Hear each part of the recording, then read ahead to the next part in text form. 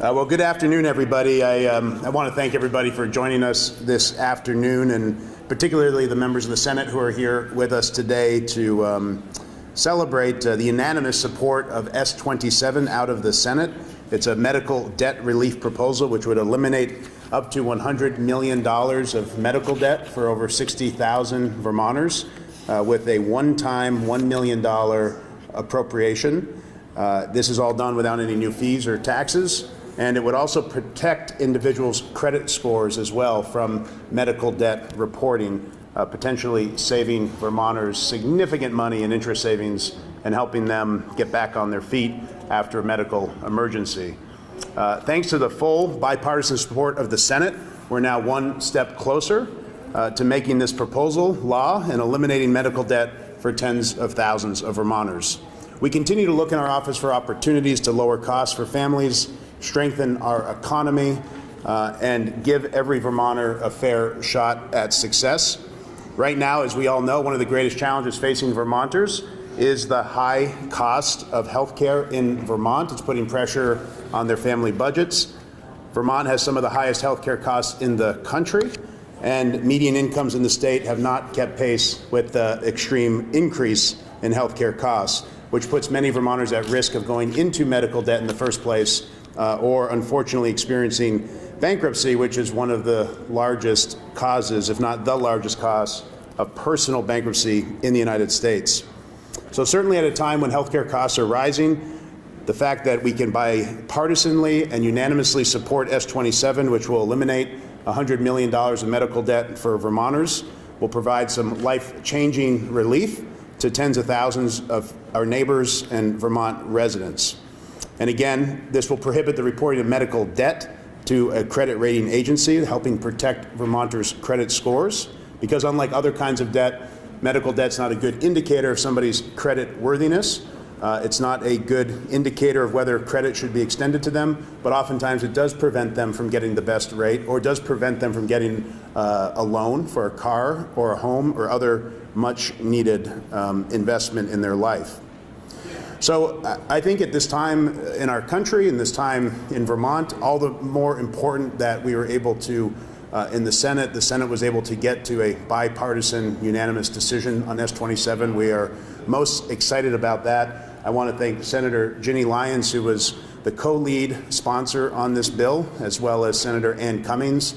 I want to thank Senator Collimore, who's here, and Senator Beck, who could not be here, but on the Republican side, it was really important to get a lot of co-sponsors on this bill and also to have your support. And also want to thank Senator Baruth for helping lead the Senate and lead successful passage of S-27 as well.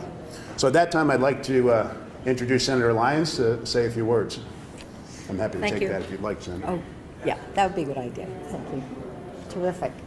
Oh, thank you all for being here. S-27 is really an important step forward in making health care affordable. When Vermonters look at debt, and medical debt is one of those things that is unexpected. We never expect to have a sudden illness or an injury, and that compounds the fracture when we have to pay for something that is high cost. Recently, I read a report about the effect of high health care costs on our own health. One of the things that I learned is not only do high health care costs cause economic problems regionally, but high health care costs and debt can result in folks committing suicide.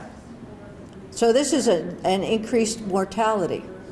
So reducing debt and taking the burden of medical debt off of people's shoulders can actually have a strong benefit, in particular to young men who are faced with those debts and not a way to pay for them. So that's a sad note, but I think it's a happy note to say that the Treasurer has led us to a way to eliminate medical debt for citizens of Vermont. I won't say anything further, except we all know that many people struggle to pay for food or prescriptions at the same time that they are filled with worries about having outstanding debt. And this bill will go a long way to resolving both of those problems. So thanks again, and thank you very much to Treasurer Pieciak. Important. Thanks, Jay. Thank you.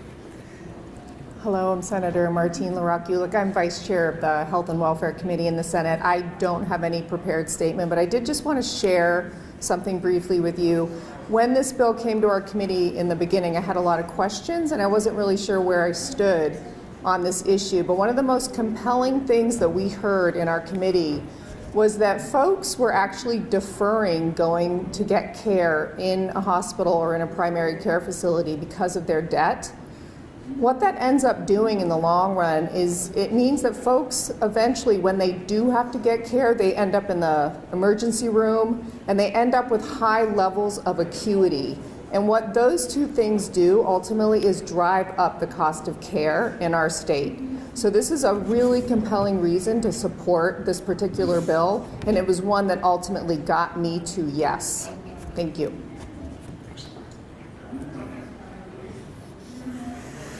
Senator Harrison, would you like to say anything? No pressure. I'll say one more. Thank you. Thank you. I'm Wendy Harrison, Windham District Senator, and I've worked a lot on housing the last couple of years. And we found in our housing discussions that medical debt was the most, that was the reason that for most of the bankruptcies of individuals. So medical debt, let me start again.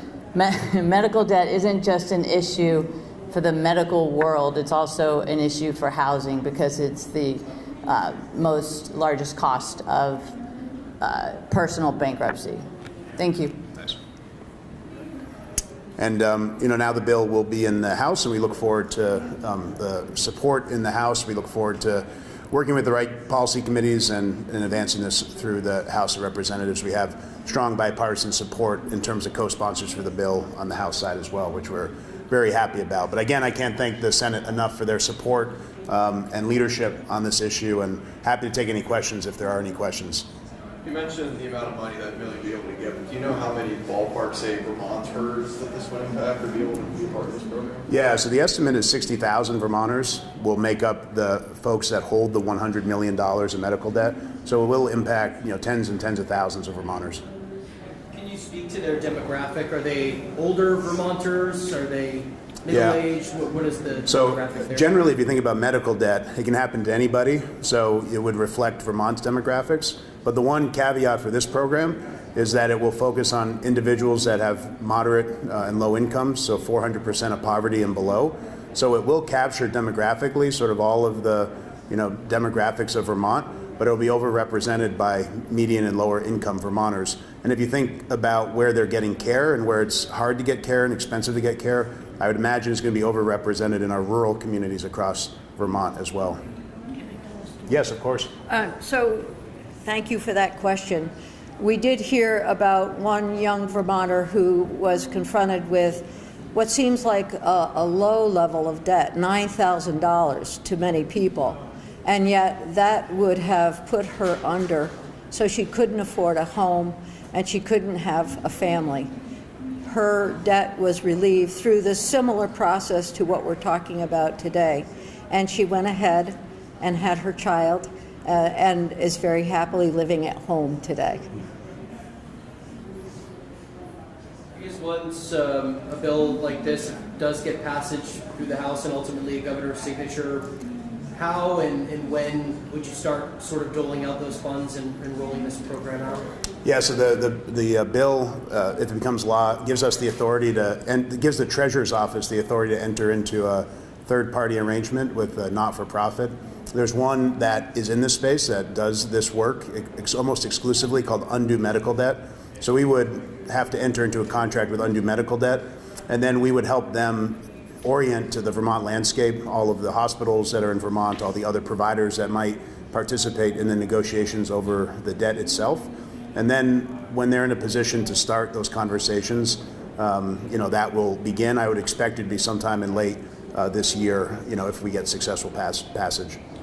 I guess a final question for me in terms of the pot of money where that money is coming from. I know we talk a lot about spending, especially this session. There are no real impacts to the taxpayers here with this pot of money, right? Yes, this money had already been appropriated to our office previously. We had $20 million appropriated to buy down outstanding debt for the state of Vermont. We, over the last 3 or 4 years, have been earning more money on the interest than we would be saving on the interest if we had paid off $20 million of the approximate $600 million of debt that's outstanding.